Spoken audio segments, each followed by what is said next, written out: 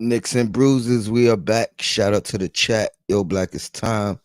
Got my guy DJ Shuttle in the building. You know the slogan. All aboard. What's good with you?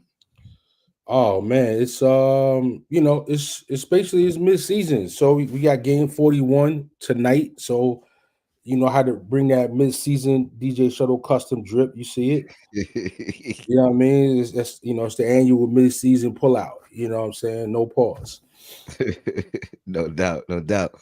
Um, Today we're gonna break this down into two. So I think we're gonna do another one on Sunday. Today we're gonna focus on the front office, the coaching staff, and the bench unit. And you know, Sunday we'll get into the starters. Um, Appreciate you joining me. Shout out to the chat as always. Let's start off with the front office. Um, Grade. I mean, they finally, like the Queen said, they showed they got a pulse. They alive. They pulled off a trade. I would argue the biggest trade of of their regime, of their tenure here. Um, Me personally, I think I give the trade a B plus. Obviously everybody knows I wasn't the most excited about the trade when it first went down as a standalone trade. I do have the preference of thinking that another trade is coming. So as a standalone, um, pardon me, as a standalone, um, I'll give the front office a B plus. So far on their moves this year, and I'll deep dive into it in a second. But let's get your take. What would your grade be for the front office as a whole for this year? Well, I actually give them a B plus as well. And for me, it's not only the trade, right? It's also the free agent acquisition of Dante DiVincenzo in the off season, and I think he's exceeded most people's expectations. There was a lot of questions about whether or not he was overpaid. We had too many shooting guards. We already have Grimes. We already have Deuce. You know, we already have Hart. He's basically a shooting guard himself, playing small Quickly at forward, the power time. forward. You know, RJ Barrett is allegedly really a shooting guard. So, there was a lot of questions I remember about Dante. I've been a fan since he was at Villanova. Uh, Little known fact, because I'm from Long Island, I've been following Jay Wright since he was the head coach at Hofstra. So when he moved to Villanova, I wouldn't say I was a Villanova fan, but It's you tapped know, in. I was all the way tapped in with Villanova the moment he left Long Island and went to Villanova. No doubt. And that's a great point. I didn't even mention DiVincenzo signing. I also have always been like a fan of his. I thought he was a solid player, or is a solid player. Never thought he'd be like a star potential, but he has grit. You know what I mean? He plays hard, both ends of the floor. Don't think he's at his peak yet. You know what I mean? So he's still gonna get better, I believe. Like Sim always likes to say, he got hops. He got bunnies. Very That's underrated in that aspect of his game. Michael Jordan, Delaware. They said right. That's what they called him. Um, they also, I mean, I guess you could add in the Hart signing. I don't know if that you know brings their grade down or brings it up, but that's something Maybe. that they did, this off season as well. Um, any other moves they made? Are we missing anything? They brought Charlie Brown. They put Taj in for a little quick band aid. They brought up the big man from the G League, but hasn't been a lot happening. But I think that's pretty much sums it up. Yeah, I guess you could throw in the Obi trade um early in the off season. That's another move that I wasn't mad that they moved Obi. I was a little upset with the return.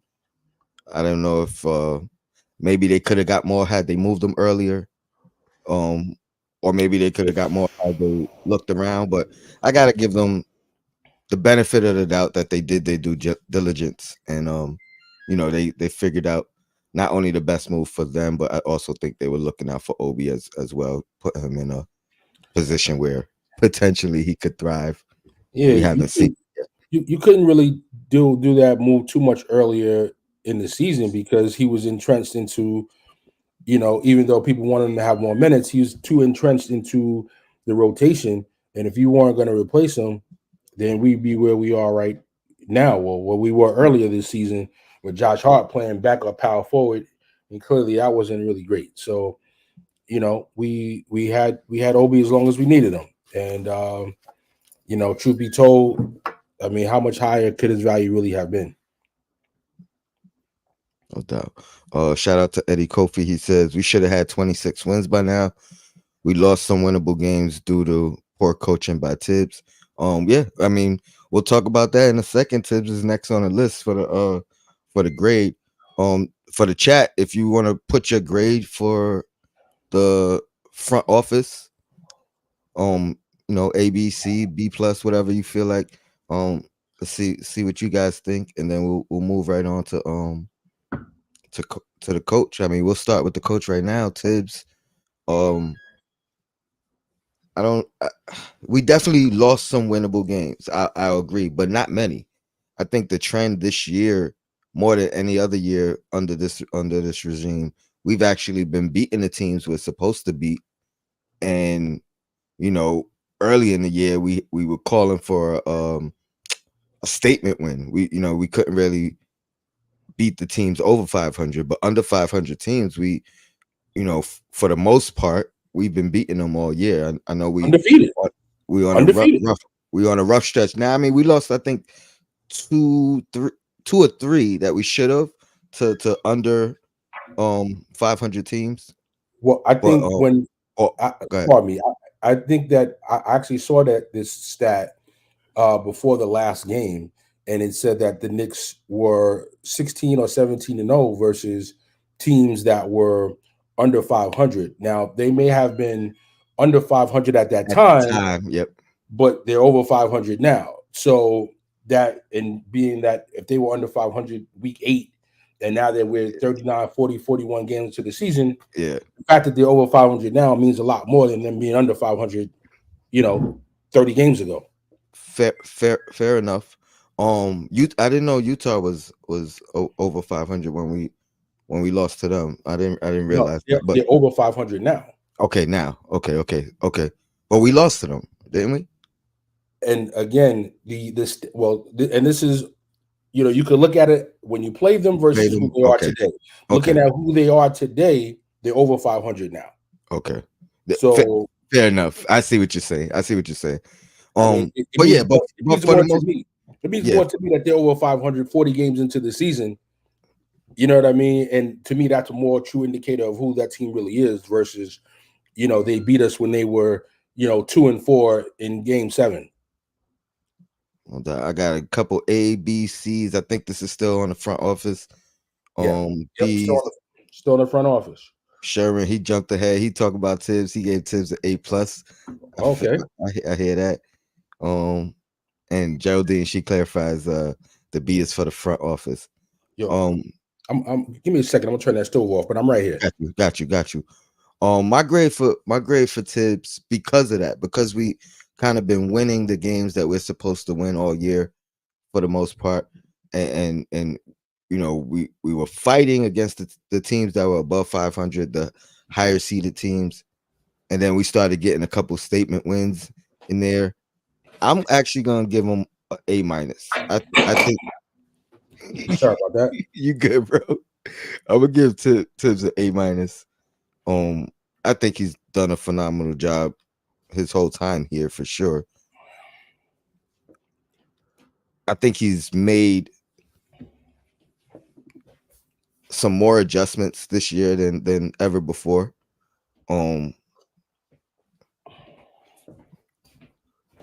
Actually, I'd actually want to step back for a second too and mention this about the front office, because like I said, the trade that they did, I think it was a gutsy move too.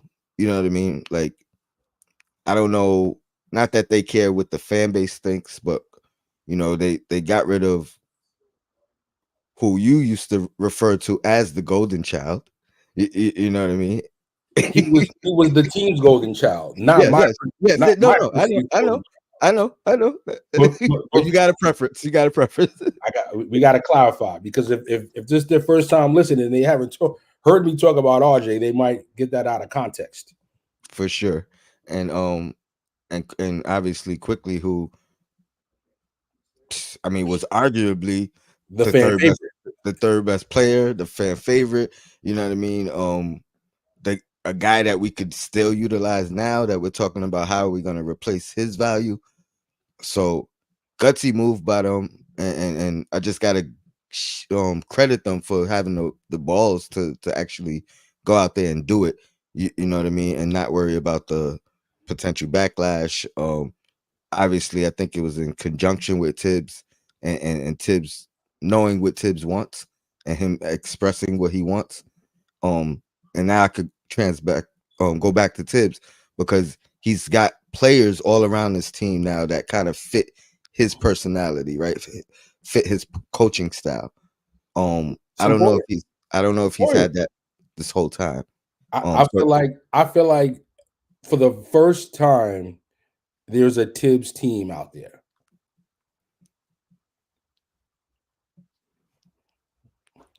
Sherman, why don't you tell us how you really feel? Don't hold back, Sherman. Don't hold back. Like, let us know what you really, really think.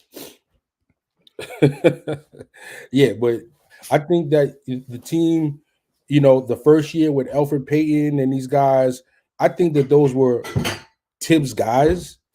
I just think that they were just lower caliber players, you know. But I think now he has higher caliber players that are his players. I mean, OG Ananobi. I mean, is this guy Luau Dang part two or what? No, really, for real. Is he Luau Dang part two or what? Is Mitch Robinson Joakim Noah or not? You know what I mean? Is Brunson his version of Derrick Rose?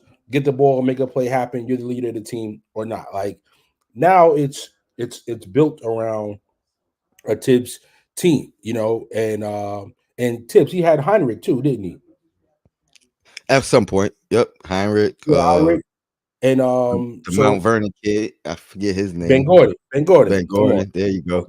Don't front on Ben Gordon. That boy was nice. He's a bucket. He's a So bucket.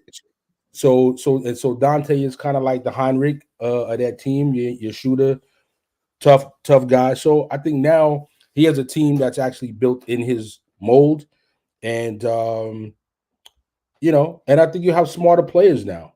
You have smarter players. So um, I don't know. I was a player. Like, I was a player. I mean, I was in college, I was in D1, but I was a high school varsity starting player, and I played in tournaments. And it's only so much, depending on and waiting for the coach, that you can do as a player. Like, yo, you are out there. You're not gonna always wait for the play to be called or wait for the coach to tell you to do something when you're on the court. Like, you have to have the court awareness and the capabilities, the instincts, the IQ on the court to be able to know what to do. And that's always my argument with they don't run anything for Mitch. They don't set Mitch up to get a play. And I'm like, yo, Mitch gets the ball enough that is more than an opportunity for him to say, yo, I'm gonna just make a play right now. My And turn. yeah, and like, yo, so but I think now, like what people perceive as Tibbs and ball movement, I think now you just see players just moving better without the ball, that just know, don't just stand there and look, waiting for the ball, waiting for Randall to just throw it to me. I'm gonna move and make myself, a part of the solution and not just part of the equation and standing in the corner.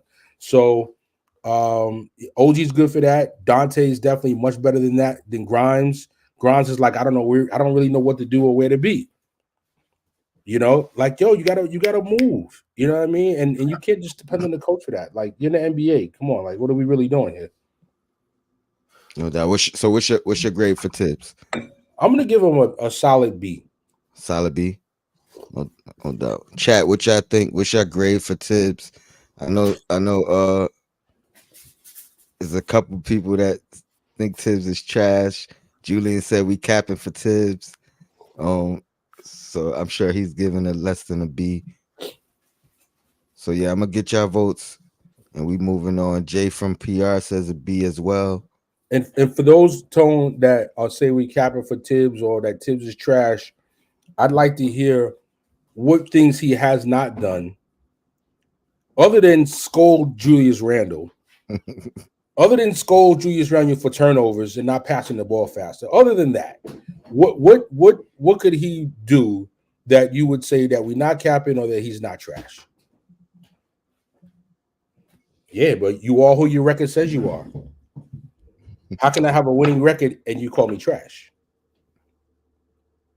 Nah, well that gentleman was saying that's why he gave the B because we're winning. There we go. All right. Who's next? Let's go with Deuce. Deuce, or should I call him Trey? You know what I mean? Trade. Well, we had a trade. Didn't we have a what was Trey's last name? It Uh, wasn't McBride, was it? no. We had a Trey Burks. Trey Burke. That's what I was thinking about. Yeah, Trey Burke. Yeah. So I don't know if we can get him the name Trey since we had a trade, but he definitely been banging them threes though. 40 something percent, 44%, I think. No, it might be 47%. Nah, he's definitely. It was like at 50% the other day when they were After last game, I think it even went up. But prior to last game, it was 47%.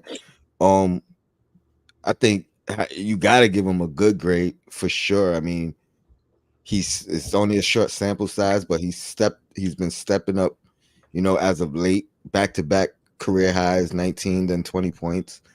I think it's almost like he's been listening to the chats, right? Listening to the Knicks talk of we need a solid replacement for Quickly. We need more ball handling. Not saying he's given us that particular part of it, but I mean, he's stayed ready. That's been his MO since he's been on the team. Anytime he's got the opportunity, he's came in and produced. But right now, I think his confidence is at an all-time high. He's looking more like G League McBride in the NBA rather than the situational guy who's just filling in spot minutes. And the biggest thing is right now with Brunson out, he's taking advantage of his opportunity. You know what I mean? Which I think in the long run gives him more of a, I don't even like the term leash, but more of a leeway when Brunson returns. Remember before Brunson went out or right after the trade, Deuce was getting 6 minutes. You know what I mean? And Brunson was getting 30. Yeah, Brunson was getting wild minutes. And now because of necessity, Brunson being out, he's inserted into the starting lineup. I don't think he's been any type of a liability in that aspect. And he's been stepping up offensively, and we know what he gives defensively. I don't know if it's even fair to give him anything less than a B plus. You know what I mean? Like B plus, maybe you want more from him, but I think he's given more than you could have possibly asked, given the circumstances and given the opportunity as well. So Geraldine, she disagrees. She's giving him an even B. What's your thoughts? I got a B minus over here for Shaw Powell's. Okay. What's your grade for Deuce? I give him a B as well. It's hard for me to give him higher because his significant playing time is a very short sample size. Fair enough. But I've always been a fan of Deuce. Any guy that plays defense like the way he does, that full court pickup, I'm gonna always be a big fan of. You know what I mean? Because like to me in life is one thing that you don't have the ability and the knowledge and the wisdom and the understanding. But if you can control your work ethic, that's something that the skill or the lack of knowledge and the ability you is two different things. You know what I mean? And what he lacks in his ball handling, what he has lacked until very recently with his jump shot, he's more than made up with his effort, with his energy, and his persistence, tenacity on the court. I mean, yeah, he made that football play, and the fans went crazy. And yo, he keeps it up, he's gonna be the new fan favorite because that's the New York, that's the New York vibe, that's the New York energy. Players that play hard, you know what I mean? Players that get on the floor, that get their knees scraped, diving for loose balls, and just putting that grit out there. So that's a strong beat for me. And one of the things that I noticed early in the year, Tibbs had mentioned, um, Deuce is a lot better offensively than giving credit for, right? Right.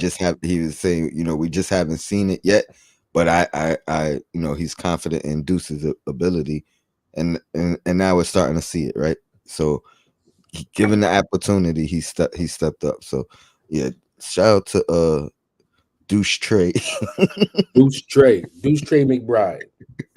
for sure. Um, Anything you want to add on to Deuce, or you want to move right on to Grimes? And let me shout I'm, out I'm, this I'm not question. going. I'm not going to drag it, but I will say, as well as he's performed, I think this team is primed for a run in the postseason if we have an upgrade at the guard position.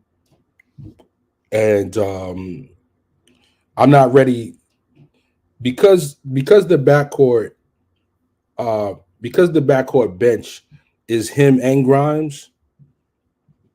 We're gonna have to improve one of them positions, and to have someone that's gonna give me some level of confidence in the playoffs that they're gonna not get nervous with the ball. Like Deuce handle is suspect. Yeah, the 3-point shots been banging, but that handle is suspect. I don't need a suspect handle in the season going into the playoffs now where I gotta depend on you for a solid 10 to 14 minutes. So I'm not totally convinced, that I could rely on him in the postseason, which is down where I'm starting to, I got to be projecting postseason now. So Hmm. I'm happy with what I've seen post trade. However, not at a point yet that I feel confident that we don't need to make a move. And because we only got a couple of weeks to see what he got, you know, it's a tricky situation on whether you pull a trigger for a point guard or a shooting guard, and we'll see what happens. No doubt. Let me address Eddie. He says, Tony, please, what's the expectation for the season? Is it Eastern Conference Finals? We need a benchmark to be able to assess this team mid-season. Well, I think one of my benchmarks on a year was a 50-win team, right? Right now we're on pace, I think, at 47. Yep. So theoretically you would be like, well, we're underachieving, right? But Well, but we do also have a significant number of games with teams under 500 versus what we've had up to this point. So you mean I mean, coming up? you're right, Yeah, upcoming. yeah. So Well, so with that being said, I think based on what the record has been against the teams we've played thus far, I think 50 wins is still reasonably that's exactly where attainable. I was going, because our strength of schedule, I think we had one of the toughest schedules to start the year, so Right. that has to factor in, right? We had the most road games by far, for any team. That has to factor in. We're coming up on this, or we're in the midst of this home stretch. I think it was 12 out of the next 14, you know, including the last game. Right. So I think I gotta factor that in or project it. So it's not really, I don't think we've underachieved, even though we're not at the 50-win pace that I was expecting, because again, the schedule factors into that. Um so Right. that's one thing I would use to assess. Um Again, beating the teams that we're supposed to beat. I think we've done that or year for the most part. Eastern Conference Final, I don't know if that would be a expectation. Yeah. Um Yeah. I don't get how. I don't get how I'm benchmarking the mid-season grade based on the end of season projections. I can't judge the team today on something that's going to happen, in the future. So, but in any case, my projection was, best case scenario, second round exit.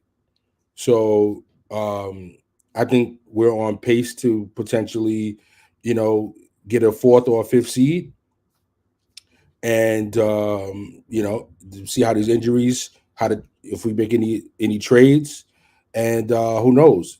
Philly is looking good, but might be able to make a run for Philly for that third spot, and that's what you really need. That way, you don't have to play Boston and Milwaukee, or rather, you play Boston in the Eastern Conference Finals versus in the second round. Yeah, I like the chances against Milwaukee better than against Boston. as do I, and Philly. Um, Julian says, "Man, give Deuce an A because he's been thrown in the fire after getting no burn, and get ready for a starting five. Tibbs always throws Deuce in the fire with no preparation." Well, I mean, for the most part, I agree with you. The preparation is there. If you know, if you know anything about Tibbs, whether if you're buying in and you're practicing hard and you're doing what you're supposed to do, the things behind the scenes, I think that's the preparation. Number one, Tibbs is always credited for that by players, like all the time. That's one of the first things they say. Tibbs has us prepared. But to your point and to Deuce's credit, yeah, he's kind of been elevated in every aspect of what he's utilized for. You know what I mean? Going from situational to, all right, now you're gonna have a prominent bench role, to Brunson's out, to we need you to start. And I think he's excelled. He's only improved his game, and improved his showing. Let me give a shout out to J Tap, who signed up to be a member. Appreciate you. Just started the membership, and I got two so far. I'm working on all the perks and everything, but the support is the most important thing. So shout out to you, my brother. Appreciate it. And I'll reach out behind the scenes and let you know what we're doing with that. Um, who is next? Grimes. I'll let you start with Grimes. I mean, I know Grimes has been one of your shining stars early on. You know what I mean? Um, Oh man, I but mean, listen, if you want to talk about backsliding, going backwards, underachieving, disappointing, he's checking all of those boxes. You know, he's checking all of those boxes. So, um, man, I thought he had been able to hold Dante off a little bit. I mean, I like Dante. I knew he was good, and I wouldn't have had any problem with him starting. You know what I mean? If Grimes wasn't doing what he needed to do, and Grimes made it real easy to make that move happen. And that goes back once again, talking about your coach Tibbs. He has his 20 game assessment, or whatever it is. He has his window, and when he sees and they get enough data to make an analysis and make some determinations of what we need to do, we make a change. Contrary to what people always say about Tibbs, he's stubborn. He only does this. He only does that. That's only one narrative. Y'all wanted Obi Toppin to play, and an All NBA player was playing ahead of him. That's really the only time that Tibbs has been one way. And to me, Obi's not doing anything to show you that he was wrong by that decision. But we don't want to digress to players that are not here. Grimes, though, man, like, I mean, I'm close to giving him a D, okay. but I'm gonna give him a C minus. I'm gonna give him a C minus. I I mean, think I think that's fair. I think some might even say it's kind. I said I kind of want to give him a D. I did say that. I'm with you though. I'm not gonna give him a D. I'll give him a C minus as well. Definitely the biggest disappointment as far as the players, so far this year. And I don't mean that in the worst way, but if you just look at the details of what has happened, right? Off season. We've seen the workouts, you know what I mean? We've seen JJ um Redick. Jay Reddick, we've seen JJ Reddick giving him praises. Um that built expectation. There's no two ways around it, right? It built expectation from a fan base. I already think there was expectation from the front office or the coaching staff, considering um the talks of him not being included in any type of Donovan Mitchell trade and this, that, and the third. I think that brought expectation. Um, Kind of worked his way into the starting lineup from being a second unit guy, so got the promotion. Um, and kind of lost it. Right, he lost the starting job after 20 games or so.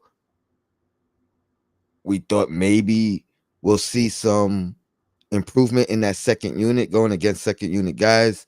Maybe some more aggression. We've seen it here and there, but Very inconsistent. the consistency is the biggest problem I've had so far with Grimes, and the aggression. You know what I mean? Like, if you're not gonna be aggressive in that second unit, I understood that at times. I'm like, all right, you're on the floor with Randall, you're on the floor with Brunson, you have a defined role in that first unit. In that second unit, I want you to be like, all right, this is my time. You know what I mean? This is my opportunity, and take advantage of it. It doesn't seem like he has that part of it. I don't know if you consider that motor or um even I think it's like when people say, "Yo, like, yo, he's a dog." You know what I mean? Like it just feels like, you know, it could be me. I don't know enough about him personally to say if it's him or if it's impacted by other players on the team, i.e., Randall. Like Randall is such a dog that not everybody's going to be like quickly jumping up in Randall's face how he did. You know what I'm saying? Like everybody's not is not capable, of that kind of energy. And I just feel like either Grimes just don't have it, or Randall has brought it down even lower than what it was or is. So yeah, like he might not work well with Randall. He might work well on a new team. But yeah, I'm hoping that there is some value, being perceived by other teams, and and he hasn't shot all his value, so that if he can be included in the trade, that we can hope to get something decent for him. yeah. And I feel like Randall actively finds Grimes, actively looks for Grimes. So I wouldn't even put it on that. Um I honestly think, I just think he needs more time to develop, more time to maturate into the player he's going to ultimately become. Um, but that dog, you know what I mean? That sometimes sometimes I feel like he's comfortable. He's happy to be here. You know what I mean? And and and, I'm and, in the and NBA and I'm living my best life. yeah, but I want to see him strive for more. You know what I mean? Like, we always knew one thing about Quickly, he want to be the best. You know what I mean? Like, he wants to be a starter. He wants to be a lead guard. Like, he has these aspirations. Grimes always just seems like, I'll I'm take what cool. I get I'm cool. and I'm happy with it. And that might just be a trait that he has. I mean, some people are like, yo, you are who you are. You are who you are. Me, that just wouldn't work with me. Yeah, I mean, people gotta know you out there. You know what I mean? Yeah, that's that's funny. Yeah, they gotta know you out there, man. Like, say what you want. Like a guy like Pat Beverly, yo, Pat Beverly was in the game. He did something. He did something. He made a stupid foul. He made a steal. You know, he went up for a shot he got no business going for, and he missed it. Whatever. You know what I mean? Uh, but you're gonna know he was out there. So I really need Grimes to if he's not dealt, man, he's gonna have to have a killer end of the season and postseason. Shout out to DD France on the check-in. Yeah, Appreciate salam. you. That's what I'm talking about. Yeah, man. And I'm not like super down on Grimes. I still like him. I don't. I'm not gonna say I don't want him traded, but if he's on this team, I think he holds value. I think he's still one of our better defenders for sure. The shot looks good. He's shooting the ball well. It's really just about asserting himself and especially in that second unit, man. I felt like with the departure of Quickly, and we seen it in spurts, you know what I mean, here and there, but departure of Quickly, that should have been a light bulb for him. A switch should have went off. Oh, this is my opportunity. And it's needed. It's not like he's going rogue and being selfish. It's something that we need to replace this production. Can you do it or not? Or you know what I mean? Like to me, that's like when opportunity knocks. If you ain't at the door, you know what I mean? What are we doing? And I just same thing I said with Deuce. Mm. I like Deuce and I like Grimes, but I'm not ready to go into the postseason with those two as the backcourt tandem off the bench. Something's got to give. Like they're gonna have to like trade deadline is what, February? Isn't that 5th, 15th? We don't got that much time. I don't think any Knicks do the Rucker in the summer. Clearly, There was talks about it. There was rumblings last summer about pardon me, about Brunson and Hart. I don't know what transpired with it, but I got a memo from some people I knew, and some coaches I knew, saying there was a big possibility. I don't know what transpired though. Um, let's Grimes needs to go. Forget about the wow, Rucker. Forget about the wow. Rucker. Go to West Fourth. You know? Yeah, like go where they're gonna make you play like a dog. Dykeman. Um, Absolutely, this is what I'm talking about. Yeah, go on a New York City Park tour. Go. We need you on a New York City Park tour. Deuce and Grimes. They need to go together as a tandem. I actually might have a little more confidence in Grimes in that environment um than Grimes. Let's move to Hart though, because I just said Grimes was the biggest disappointment. And I was thinking about Hart actually. But it was tough between the two. The reason I give Hart the edge, or you know what I mean, like the reason why I put Grimes over Hart, because I even though Hart has been a disappointment this year, I feel like he's also had more impact on the winning than Grimes has. You, True you know indeed. what I mean? So even though his year has been a disappointment, he still does Josh Hart things. You know what I mean? True. Throughout the course of the game, has Josh Hart moments that impact us winning. Obviously, the 3-point shooting has dropped down tremendously.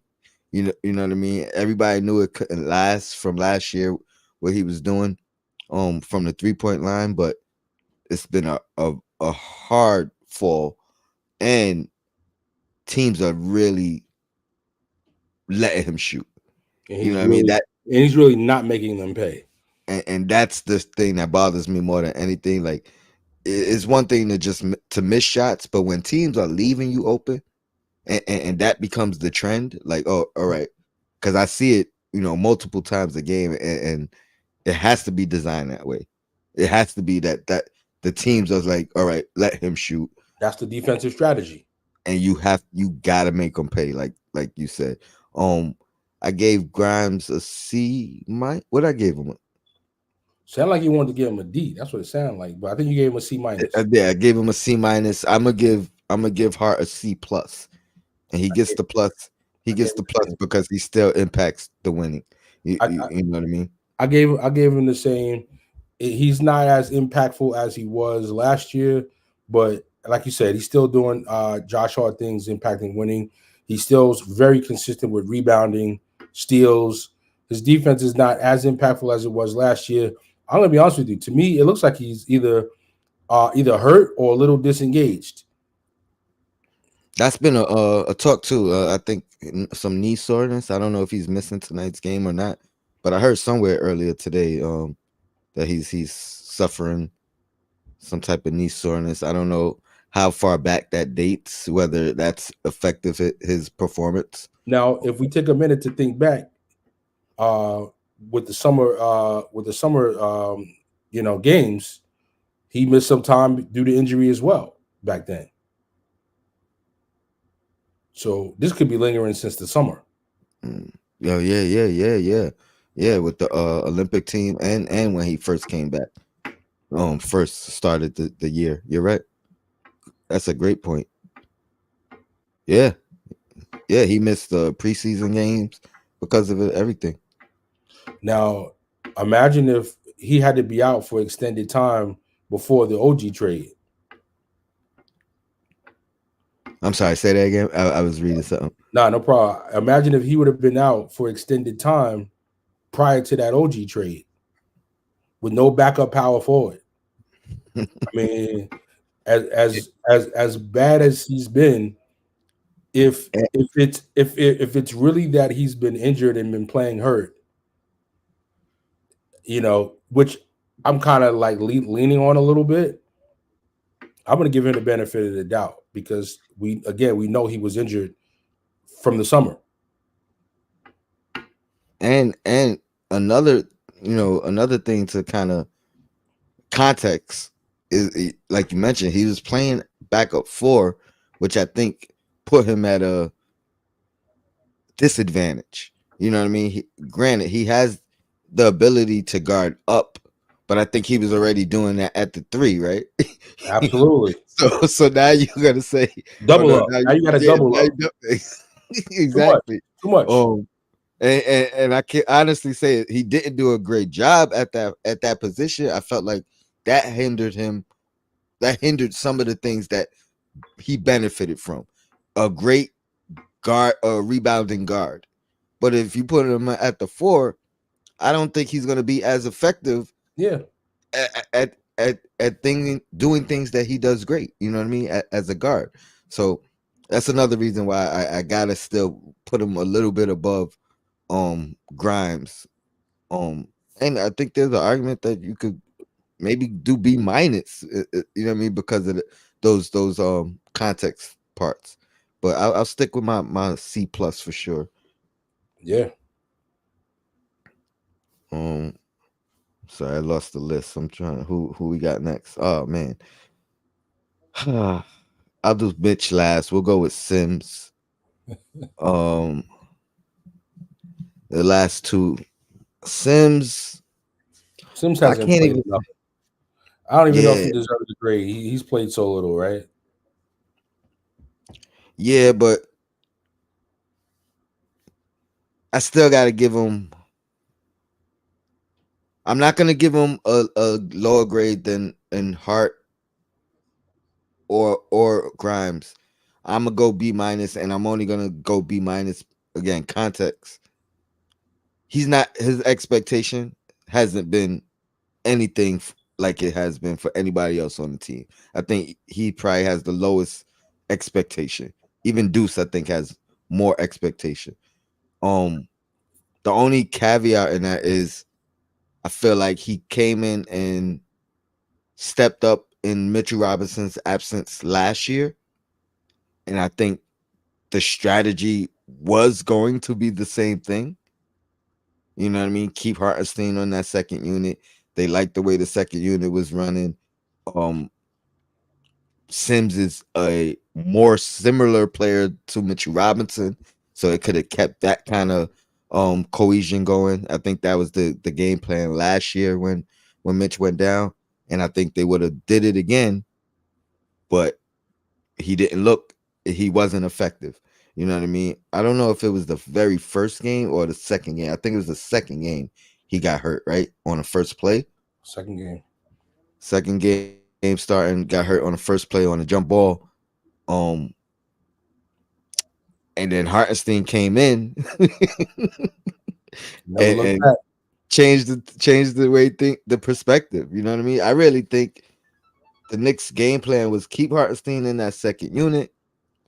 I'm not gonna say keep his value low, but if he hadn't if he hadn't been the starter and is going to be the starter for the foreseeable future, I think that was a negotiating tool to go into next year and pay him a certain amount of money.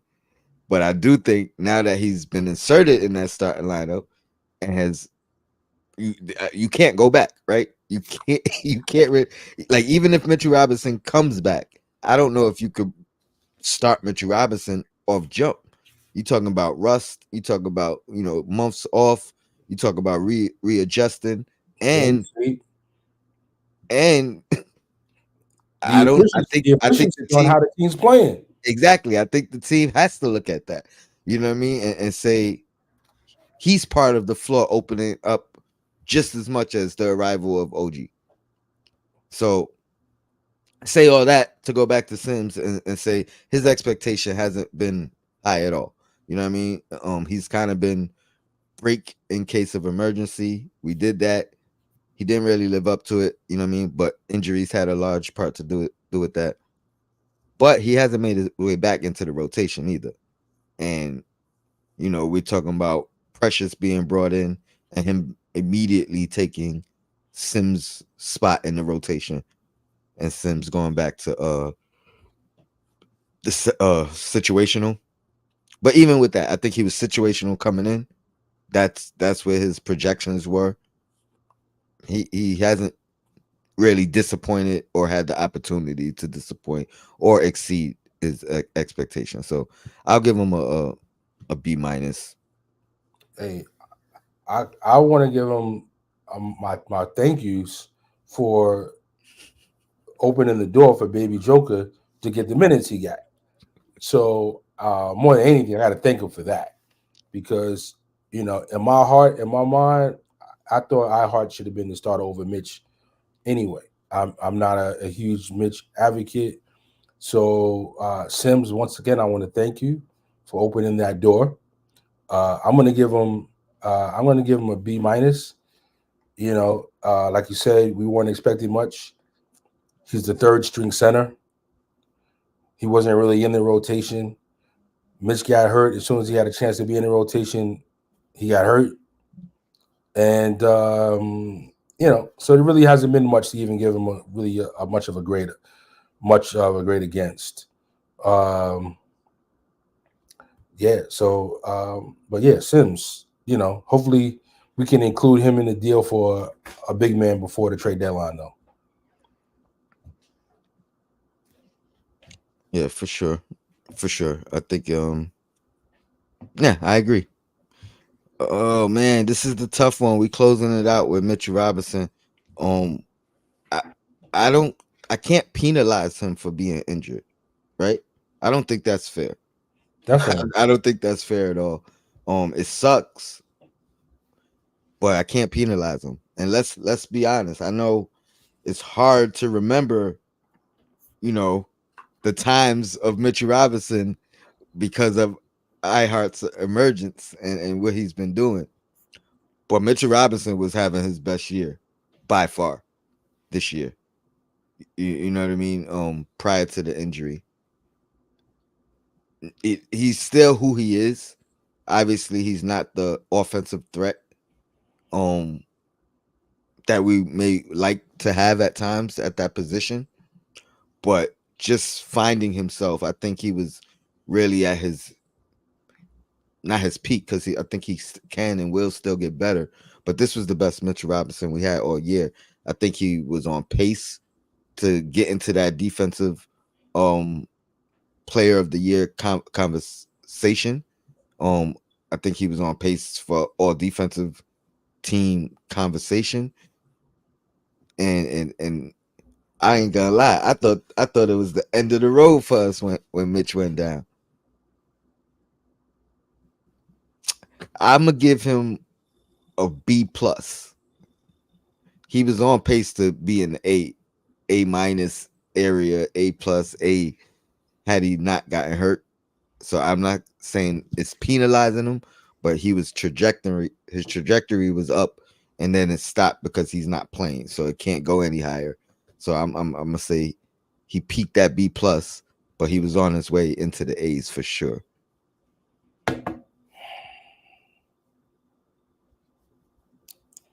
So what are they saying in the chat? What they giving Mitch in the chat, Tom?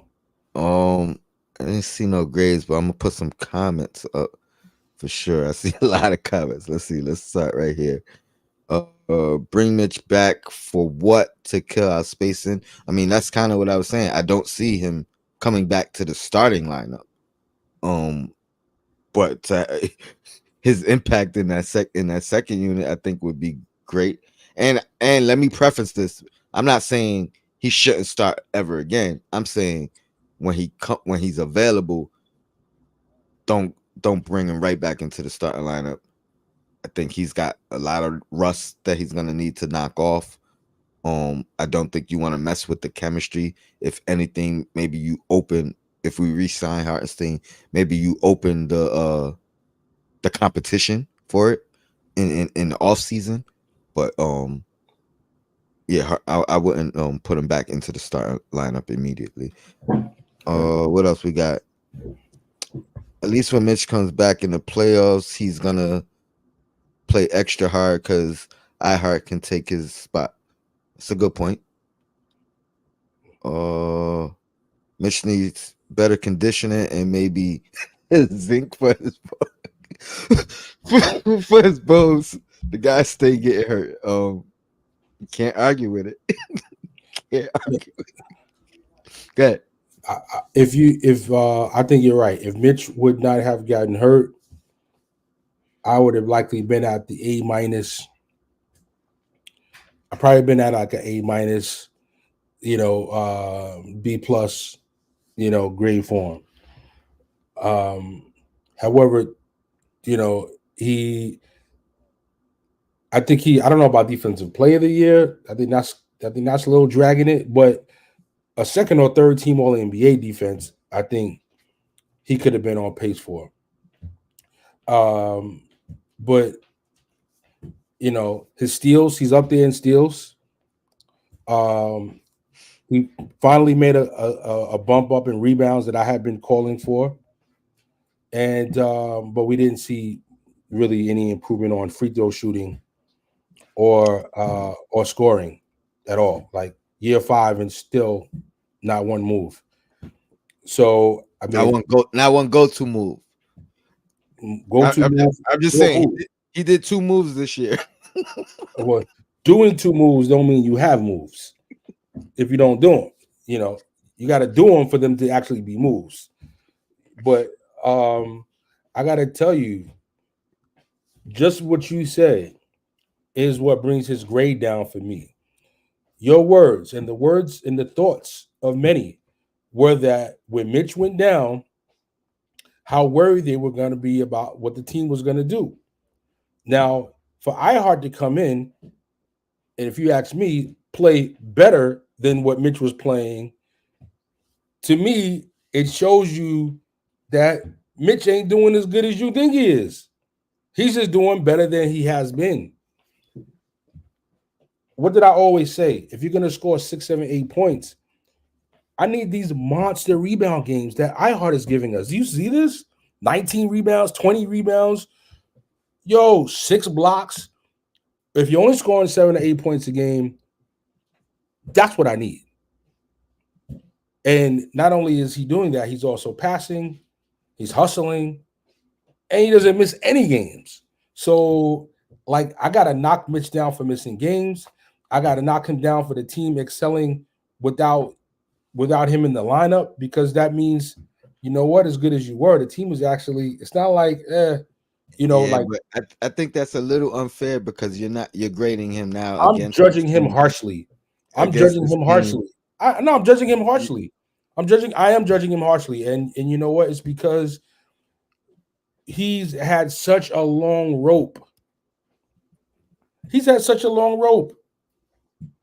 He's had such a long rope. And you know, I mean, like I look at the way iHeart is playing, and I'm like, damn, what if he was in the starting lineup all this time?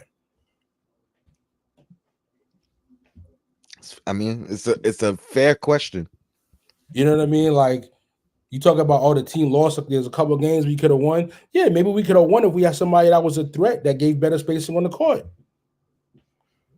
And So it's not like Hartenstein is an offensive defensive, savant, but the fact that he opens the floor up even with his passing, so he ain't getting the points, but he's creating points. You know what I mean? Things like that.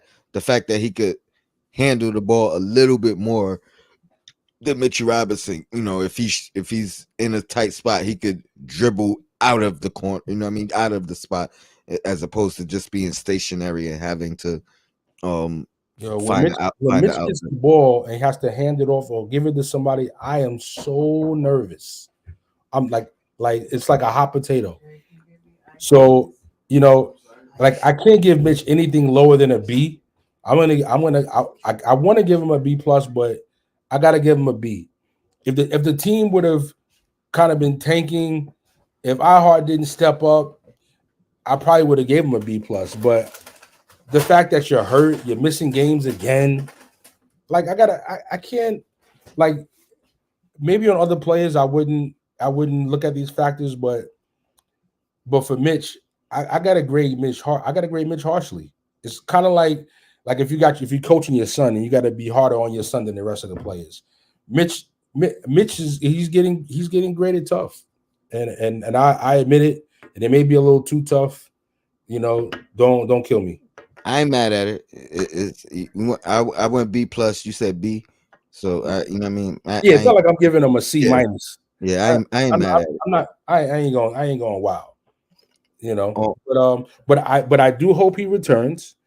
And as many have said, like getting him back, if we don't do a trade for a big man, it'll be like a trade acquisition, getting him back if he comes towards the end of the season in the playoffs. And like we don't need a lot, man. Just like a solid 12 minutes, 14 minutes would be great.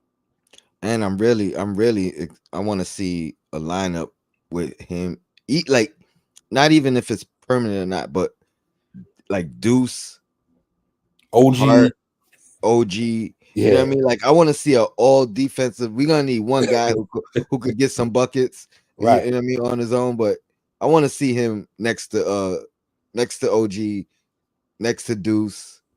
Um, I guess you could throw Hart in there as well, and then I don't know who that fifth guy would be. The Well, Whether it's Precious Achua, Brunson. Precious Achua, but you won't have no offense. Yeah, we got to score. We got to score too. Okay, well Um, you put Randall and four defensive guys. um. So Keith Turner, he says they're gonna trade Mitchell Robinson. The writing's on the wall. I said the same thing about Grimes. He definitely said that, and he's been saying the Mitchell Robinson trade thing for a couple of days. I've been paying attention. Do you? I I don't was think I was I saying don't. that too. I haven't been on any platforms, but as soon as the reports came out that he's doing better, I was like, oh okay, good. Maybe that means he could be dealt for a big man in a trade where somebody could be like, all right, well we'll just stash him. We don't even need him to play this year. We just got him ready, get him ready for next year. And but then I was like, well, did those reports come out just because the injury exception was not approved? And so Mhm, was that kind of just like a default mhm. thing? So so being that we don't have enough clarity or information on Mitchell Robinson's actual status and recovery yet, I think the likelihood is if he is traded, it wouldn't be during the season. It would be an off-season move. But it'd be hard to say we don't want to bring iHeart back at this point if we got to choose iHeart or Mitch, I mean, you're gonna not bring iHeart back after what you just seen. If you can get something back good in return for Mitch, because you're not gonna pay the money that iHeart is gonna command right now. He's gonna command just as much, if not more, than what Mitch is getting paid, and Two that's gonna two be things. too Two much money things. at the center position.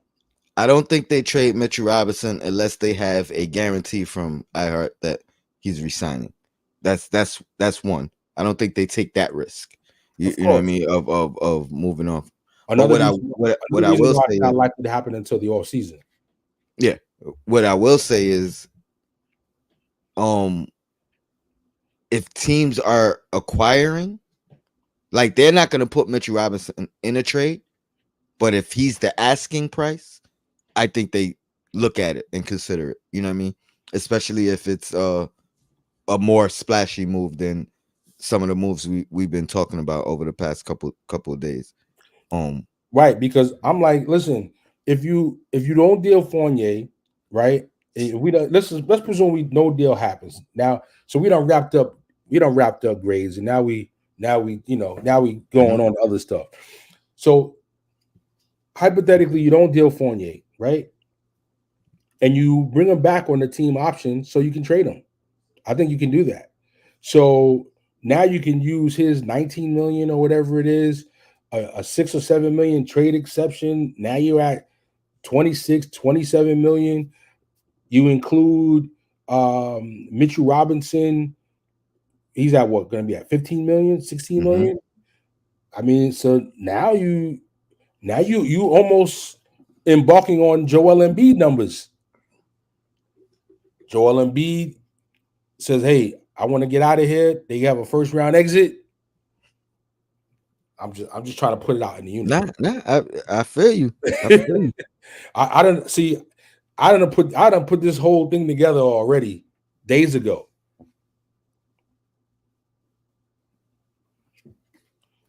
Oh, my bad. I'm reading multiple comments. He says, Julian says, I like Mitch, but iHeart is better all around player and better than Mitch blocking too.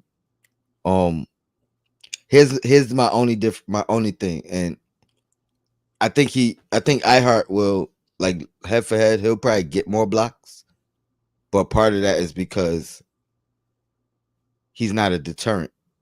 You know what I mean? Guys are He's getting more blocks because they're not scared of him. they're gonna test him. They're gonna see him and be like, oh, you know what I mean? I Where could bang Mitchell it. I could bang it on him. exactly, and then it's like, nah, no, you can't. You know what I mean? Like, so I think that's part of the reason Mitchell Robinson, He kind of got the rep already. he's gonna deter you from attempting the dunk. You know what I mean? Like, all right, let me figure out how I'm gonna get this one over him, as opposed to now over time. You know, maybe by the end of the year, I think that might happen with Hartenstein as well. The reputation may start to stick, but I think he's challenged a lot more than Mitchell Robinson. But kudos to him. But He accepts every challenge. now let me also say this though. Don't get me wrong. I'm not saying Mitch don't go after it, right? But I just like when I assess them on the court on the defense, I see iHeart finding his way to the ball and to the opportunities to To make block the block shots. That's shots true. That's true. because he just has more of the It's get to it. instinctive. Yeah, it's Yeah. more instinctive. Like Mitch, even though he does some things like, wow, well, that was impressive. Other times I'm like, yo, damn, like, how are you so slow to respond to that? Mhm. And I look at him and Randall, they just be standing next to each other, like, you know, and you know, That's a true statement. Fair assessment. Fair assessment. Um, I think. Well, I don't even know how long's Hartstein been in the league. I was gonna say maybe he was experience on the has. Clippers. I think he was on the Clippers for three or 4 years before coming to the Knicks. Okay, so they got the same timeline, 6 years in the league. Yeah, I mean, there's no argument there. You're right, but I think we can still utilize them both. We gotta get to a couple more comments before we get out of here. Hartenstein was drafted in 2017, and he's 25 years old. So got one more year, right? Mitch, Yeah, Mitch was drafted in 2018, Yeah, one more year 25 experience. years old. So yeah, so I mean, so yeah, it's like we're not talking about a guy. This is Hartenstein's fifth season, and it's Mitch's fifth season. Well, one of the things also about Hartenstein, like throughout his career, like I never followed him, but I definitely noticed him on the Clippers, and his thing was effort. Always, you know what I mean? It was always energy. You know what I mean? Like so that's part of who he is as a player. Anyway, it's like he goes out of his way to go get it. Whether it's a rebound, whether it's the block, whether it's what I mean, hustle plays, like that's what it is. He's diving on the floor, all that. Um, I don't even know if I want that from Mitchell Robinson. Nah, stay vertical, my dude. He's always on the floor. Yeah, but don't jump on the floor. You know what I mean? You're gonna fall enough for the to make up for it. Uh 19 comment says the most consistent thing about Mitch, aka Mittens, aka Palm Springs, is his injuries. I mean, true. I'm not gonna dispute it. That's one thing year in and year out, he gonna miss sometime. Yeah. Mitch Graves should also say he has ability to do better. Okay. So at D cool 718 said answer the question. Let's put iHeart against the Cavs in the playoffs. Do we win that series? Ooh, I mean that's The I mean Cavs, if he's playing the way he's playing right now, yeah, I mean he's going up against Jared Allen. You know what I mean? Can Randall handle his business against Mobley? That's really the question. That's really the question.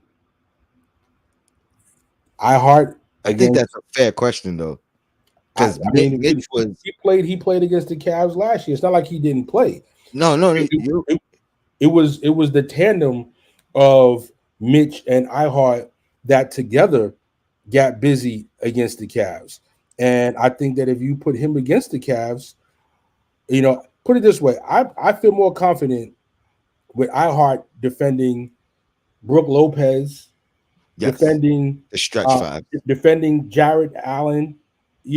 I got more confidence with him defending those I don't particular guys. I don't know about Jared Allen just for the simple fact Mitch Mitch put him under his wing. You know what I But mean? Like iHeart came in and did the same thing. I don't know. I mean, again, I would have to go back and look. I don't know how many of his minutes were against starters or against second unit guys. I don't even know who their second unit big is. I They can't even don't have a second remember. unit big. Okay, When they take Allen out, they put Mobley Mobley at goes to the center. five. Okay, and then to your point, I prefer Hartenstein guarding a Mobley than Mitchell Robinson. But Allen, I like what Mitch just dominated him. You know what I mean? No, no, There's no two ways. Mitch played great in the postseason against the Cavs, and you know, it's about the overall ability too. It's not only defense. It's about floor spacing. It's about passing. It's about availability. You know what I mean? At least we know it. Yeah, and I did say Mitch was on pace to be all defensive second or third team. I absolutely said that. Absolutely. As did I. Yeah, but when they say they're talking about stop the hating, I don't think they're talking about you. I mean, it's. I think you're making fair points, but I also think it's like out of sight, out of mind. And Mitchell. And I'm not referring to you. I'm saying in general, Nick fans. You know what I mean? Like kudos to Hartenstein because he's playing phenomenal. But I think it's been so long and he's playing so great. We're kind of forgetting how great Mitch was or how great he's been this year. You know what I mean? But Now, to your point, his best season thus far, but that doesn't mean that it's a good season by the standards of an NBA center. There's too many other centers that were still, despite what Mitch was doing, too many other centers that are having way better seasons than Mitch was having. Like I ran the numbers on iHeart right before the last game. All right, since he's been the starting center, he's averaging 12 rebounds per game. That puts him, I think it was fourth among centers. He was like 10th or 11th on blocks per game for centers. 2.9 assists. I mean, he's up there. 76.7% from the foul line. He's at a plus 117, 64% from the field, 1.8 steals per game since he's been starting, number one among centers. So I did my Hartenstein breakdown so that, anybody that feels like Mitch was so amazing, well, this is what I got to compare him against. So, who needs that little bit of offense from iHeart once we have our killers here? Right, but that's my question. How much of a drop off is the iHeart defense really? 1.8 steals per game. I ain't gonna lie, the numbers are factual. Cause I seen him already as well. I actually ran the stats. I said, yo, Mm, let me look what he's done as a starter. I ran the stats. Like I did it one by one and wrote them down just so I could be clear what the numbers are and comparing them amongst other centers in the league. So now we're not only talking about him in a box in a vacuum to say, oh, Mitch is great. He's having the best season he's ever had. All right, but where does this compare to the other centers in the league? So that's what I'm doing against iHeart. Well, I mean, 1.8 steals per game. That's number one among centers. mm-hmm. Sounds like some valuable defense to me. Stocks, steals and blocks. I think he's fourth. And, you know, and he's averaging 11.9 rebounds as a starter with some monster rebound games. And again, if you're going to average 8 points a game, you need to get 12, 13, 14 boards a game. Like, you need to be a monster on the boards. Like, am I asking for too much? Ivy That was Test creepy. said Mitch played when the schedule wasn't cream puffs. I think that is it's more context though. I think it's fair. It's a fair statement. The Oh, schedule was tougher earlier in the year. Again, I love it. I love it when it goes. I love it when it goes down like this. I love when it goes down like this, Tone. Because then what I'll do is I'll pull up the stats where, I mean, you guys tell me if it mattered. You're going against Joel Embiid. I mean, is that a cream puff?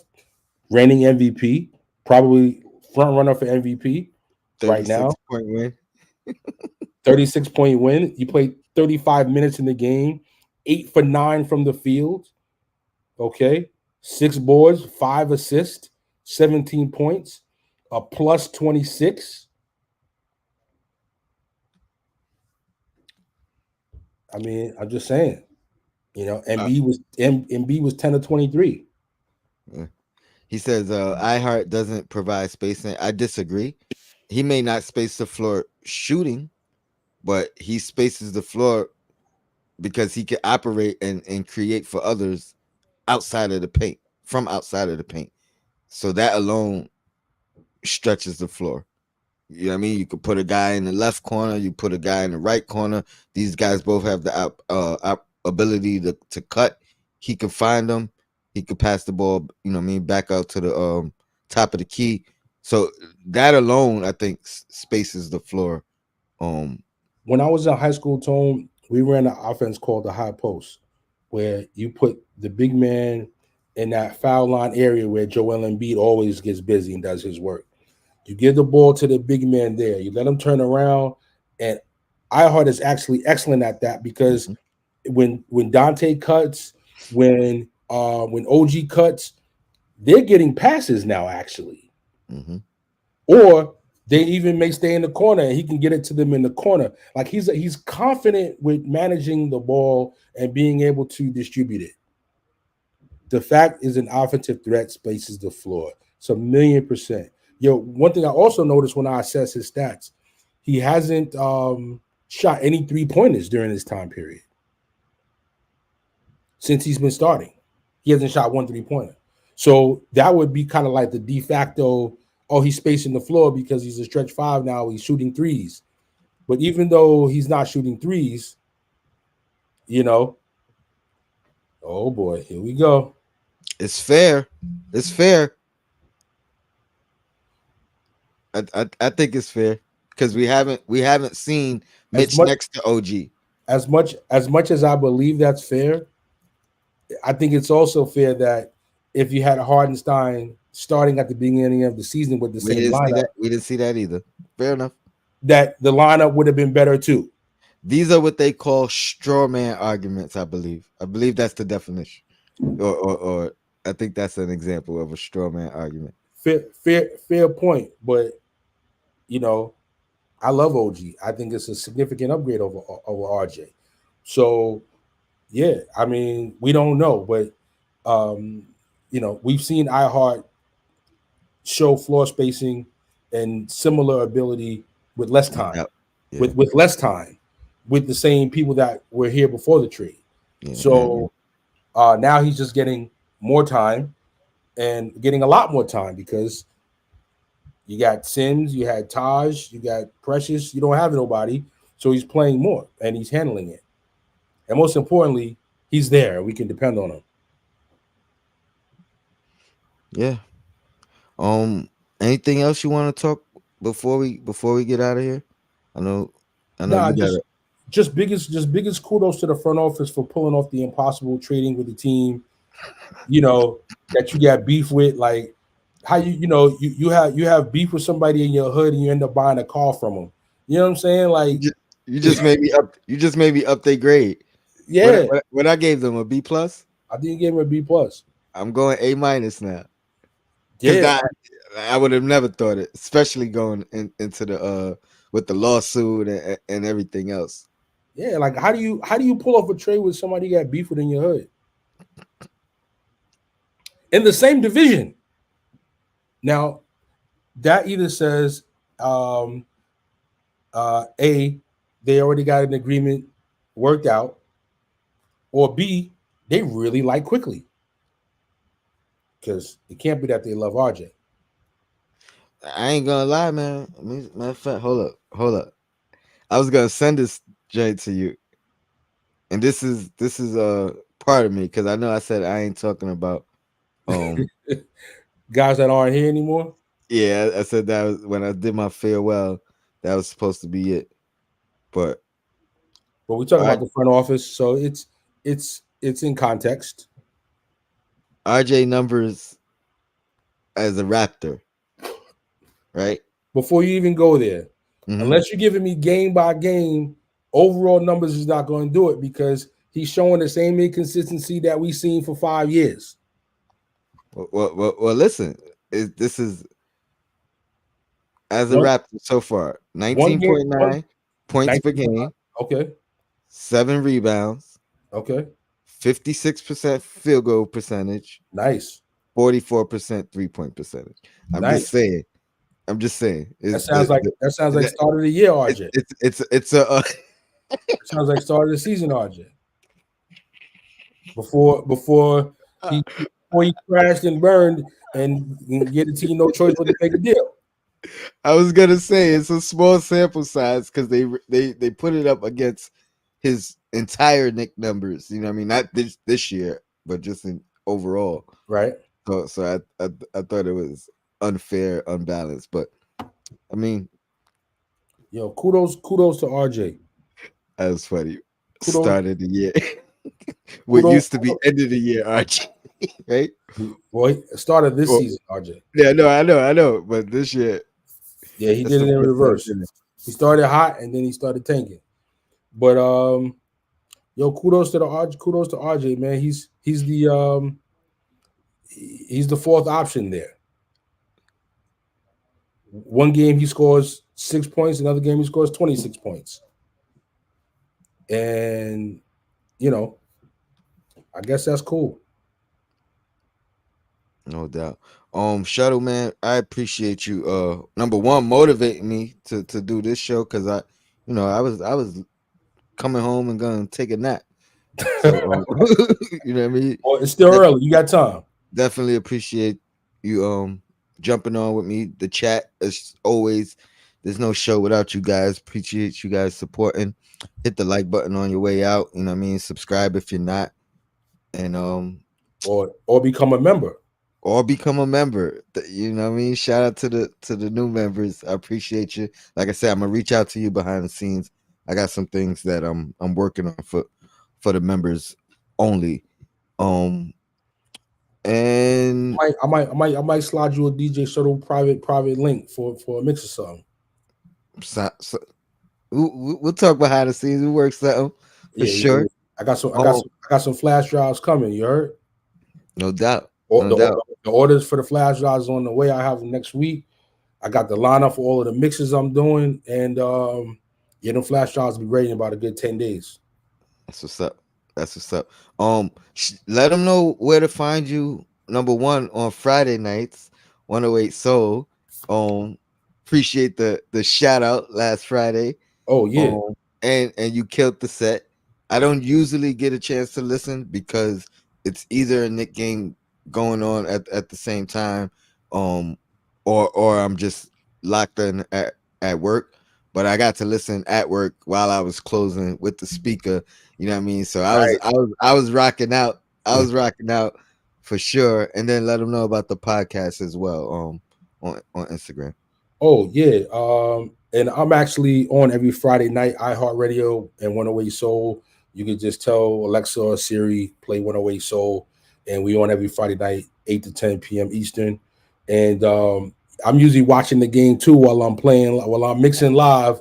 I got the game on mute, and I hate it when they're not playing well because sometimes it gets in my head and it's messing me up with the mixes. But I try not to get too crazy. If they start losing, I'll turn it off. But and then yeah, so I'm also doing something for independent artists. MP3 Mondays every Monday. That's going to be live on my Instagram at DJ Shuttle NYC, at DJ Shuttle NYC, SHUTTLE NYC, like New York City. You know what I mean? Pow. You know what I mean? So we got that. We got the flash drives coming, which is going to be a mix of different genres of music. And I had those in about 10 days. You heard? That's what's up. That's what's up. Yeah. Shout out to the whole MBK fan. We got the pregame at around 3:30, I believe. We should have a post game and a losers lounge tonight. And yeah, man, it's gonna be a full schedule. Let's go Knicks. Let's get this win. Shuttle, appreciate you as always. And We doing part 2 on Sunday. We're gonna hit the starting 5 and give them their grades as well. So tune in for that. And yeah, appreciate you. What was you gonna say? I was going to say part 2 on Sunday. Absolutely. No doubt. No doubt. Yeah, we out of here. Thanks.